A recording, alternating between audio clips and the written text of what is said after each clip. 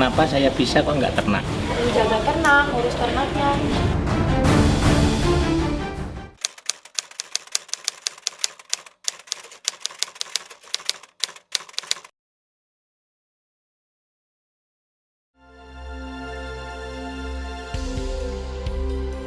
Apa yang terlintas di benak Anda jika mendengar orang sukses? Kebanyakan orang pasti berpikir mereka adalah sosok yang memiliki uang banyak, kehidupan mewah, serta berkesempatan mengenyam pendidikan tinggi. Namun ternyata hal itu tidaklah selamanya benar. Seorang pria asal Solo bernama Sutiman membuktikan hal tersebut. Jadi nih Pak De, kapan awal mulanya Pak De ternak sapi? Tahun 90-an satu.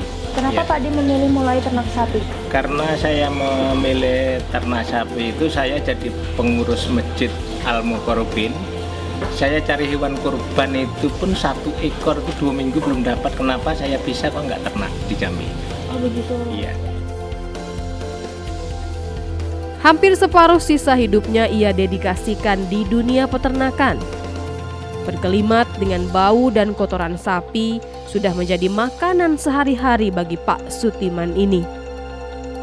Di peternakan inilah, Pak Sutiman tidak hanya berternak sapi, tapi ia juga menjadikan kotoran sapi sebagai pupuk yang menghasilkan pundi-pundi rupiah. Nah, kalau boleh tahu awal mulanya Pak De ngambil sapi 5 ekor itu asal sapinya dari mana sih? Asal sapinya itu dari Lampung.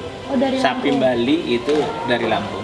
Awal mulanya itu 5 ekor itu asalnya dari Lampung. Asalnya dari Lampung, Iya. kirim ke Jambi Dan Pak kiri ke De? Jambi. Saya masih beli dengan pedagang. Oh waktu itu. Jadi waktu itu saya namanya petani, itu di Jambi masih awam di ternak. Saya belinya itu masih pedagang. Pucuk dicinta, ulam pun tiba. Mimpinya untuk bisa memiliki peternakan sendiri akhirnya terwujud. Boleh dong Pak De cerita kenapa sih Pak De tertarik di dunia peternakan? Karena kalau kita di Jambi, kita tertarik di dunia peternakan itu di Jambi, khususnya lagi di Indonesia itu masih kekurangan populasi ternak atau daging. Kenapa karena kekurangan daging sampai sekarang pun kan Indonesia itu masih ekspor. Kenapa kok kita itu tidak kegiur di ternak? Cuman dari ternak itu ibaratnya dulu 5 ekor pun mati 1, sekarang itu sudah sekian puluh ekor pun masih kekurangan modal. Sutiman bercerita kepada tim 720. Ia memang memutuskan untuk tidak melanjutkan sekolah selepas lulus dari bangku kelas 6 sekolah dasar. Bukan apa-apa. Hal ini dilakukan karena ia sudah punya tujuan jelas dalam pikirannya. Ia ingin menjadi seorang peternak sukses.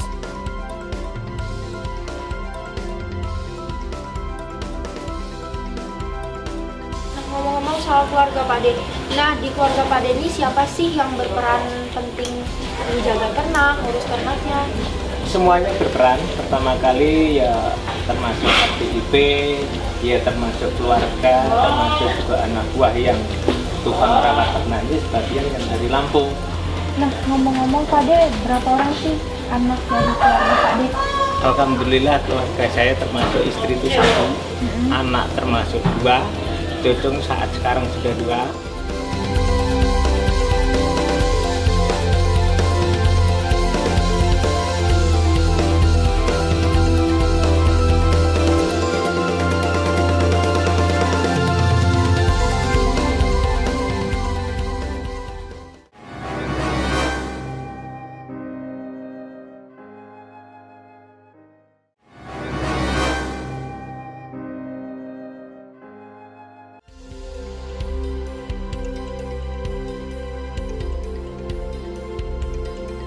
Untuk memperluas bisnis yang ia miliki, Sutiman meminjam dana tambahan dari bank.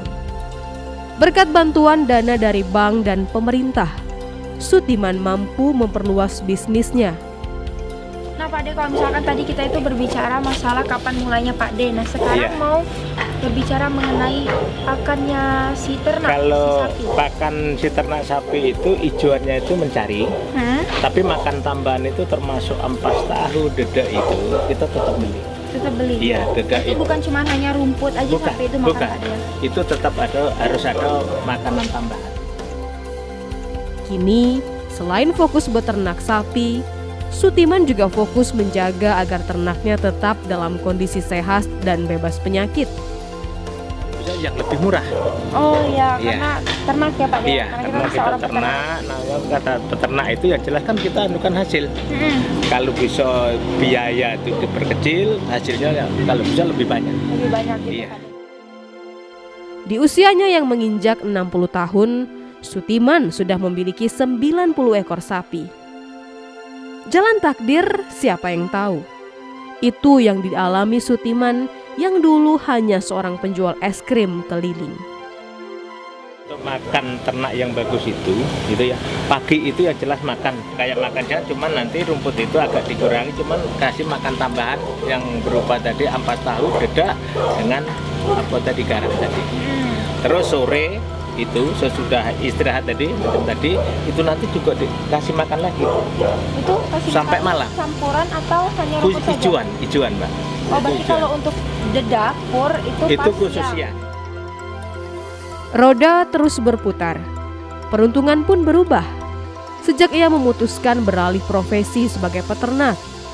Bahkan kini, sapi yang dipeliharanya kerap dibeli para pejabat. Apalagi di momen Hari Raya Kurban yang sebentar lagi akan datang. Saya sendiri nggak tahu kenapa, tapi sepertinya sudah rezeki yang digariskan, ujar Sutiman saat ditemui tim 720.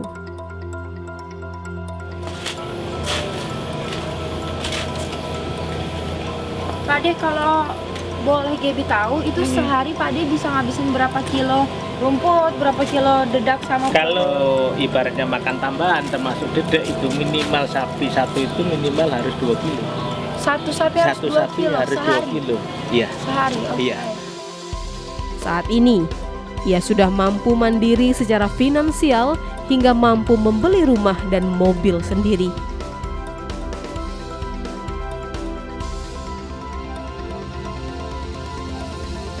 Emang berapa sih sehari Pak De ngangkut rumput itu bisa berapa truk atau Pak De ngangkutnya? Kita berapa? ngangkutnya pakai mobil L300 dengan kijang.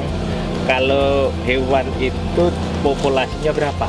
Kalau ibaratnya cuman di bawah 100 itu mungkin 3 mobil. 3 mobil. Kalau sudah di atas 100 itu bisa-bisa 5 mobil. 5 mobil Iya. itu sehari saja. Untuk saat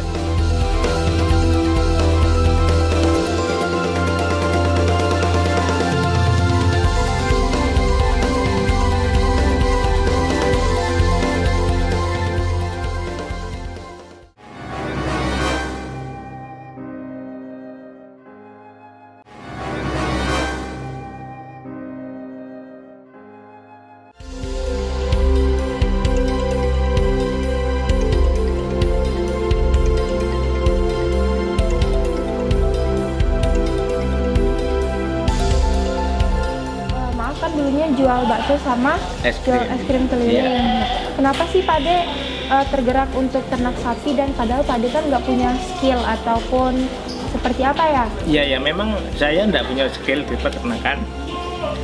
Saya masalah pendidikan itu cuma tamat SD. Tapi saya semangat kita Kuncinya peternak semangat, Pak, semangat. Kerjaan apapun enggak kita tekuni tidak semangat itu mungkin banyak yang Gagal kegagalan. sih. Itu pun kalau kita ternak cobaan-cobaan itu maaf ngomong umpama ternak sakit dan sakit itu kan sebetulnya peternak rugi. Tapi saya biar rugi harus kita semangat. Setelah memulai usahanya pada tahun 2000, ia pun mempekerjakan sanak saudaranya di peternakannya.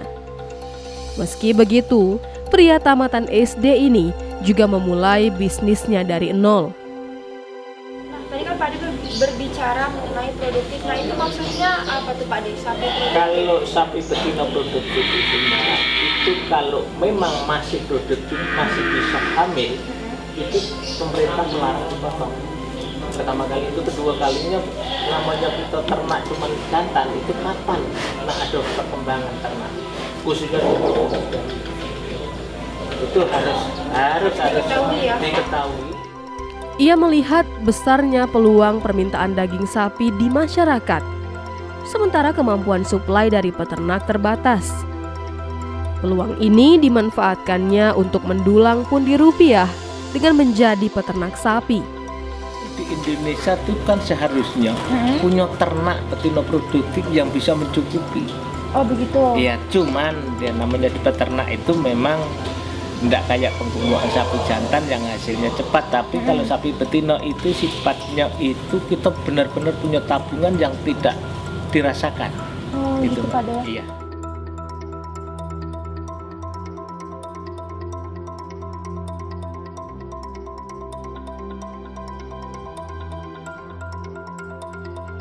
Pak De, Gibi mau berbicara mengenai Idul Adha lagi nih. Iya. Tapi lebih ke sifatnya agak gimana gitu Pak De, karena kan di Idul Adha nanti biasanya itu bakal ada isu-isu yang seperti penyakit dari sapinya, itu bagaimana Pak De?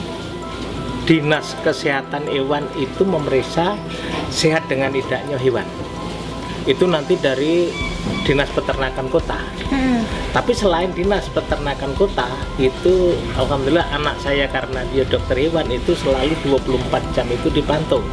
Tapi nanti H-7 itu nanti itu dokter hewan yang dari Kota Madya itu nanti langsung memeriksa hewan-hewan yang rencana untuk ibadah kurban.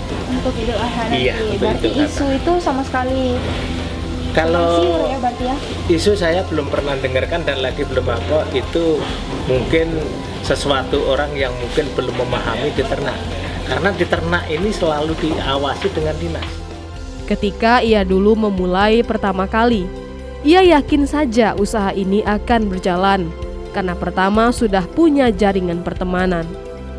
Pak De, kalau mau tanya nih Pak De, kalau Pak De sendiri itu dari pribadi usahanya atau ada join sama teman-teman? Ada dari join dari teman-teman itu, pokoknya saya tidak punya modal itu teman-teman nyekot, ibaratnya itu membantu supaya saya berjalan. Selain kita itu dari teman-teman saya, jadi sudah saya sampaikan saya punya pinjaman dengan Bank Jambi. Saya aset saya umpama apa itu sudah saya prediksi itu cuma 30% dari kalkulasi ada yang di kandang sekarang. Begitu. Jadi yang 65% itu memang benar-benar aset saya itu aset kepercayaan pertama kali dari kawan-kawan, kedua kalinya dari perbankan. Gitu. Iya. Seiring berjalannya waktu, ia sudah mendirikan perusahaan sendiri yang berbadan hukum. Sapi-sapi miliknya itu. Untuk menambah ekspansi usahanya, ia pun meminjam dana dari bank hingga ratusan juta rupiah. Nah, omset akumulasi Pak De nih, kalau boleh tahu berapa sih nanti di saat Idul Adha? Ya kalau nanti aset yang saya jual nanti berapa ekor? Yang itu tadi sudah saya sampaikan depan tadi, yang 35% itu omset saya, ya. Yang 65 tadi omset kawan dan kepercayaan bank. Jadi di situ mungkin kalau umpama sapi itu jumlahnya 200 ekor per 15 juta itu mungkin sudah hampir 3 miliaran. Tapi itu bukan Punya Pak De, aset Pak De, 100% itu serat bukan, itu kepercayaan. Yang jelas dari perbankan, dari kawanan kerja, nah, disitulah aset itu tidak murni dengan nama saya.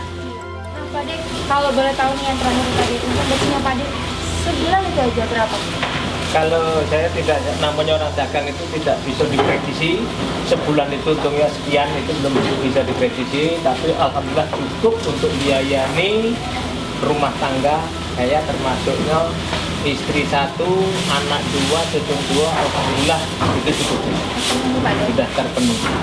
Itu berarti udah bersih sama karyawan ya? Sudah bersih sama karyawan. Tapi ya ada tabungan untuk masa tua nanti. Berarti sebulan nggak pernah kekurangan dong? Alhamdulillah kalau semua itu tidak syukuri cukup. Sukses menjadi peternak dalam waktu puluhan tahun. Akhirnya saya sampai juga di penghujung 720 yang mengulas cerita di balik realita dan fakta.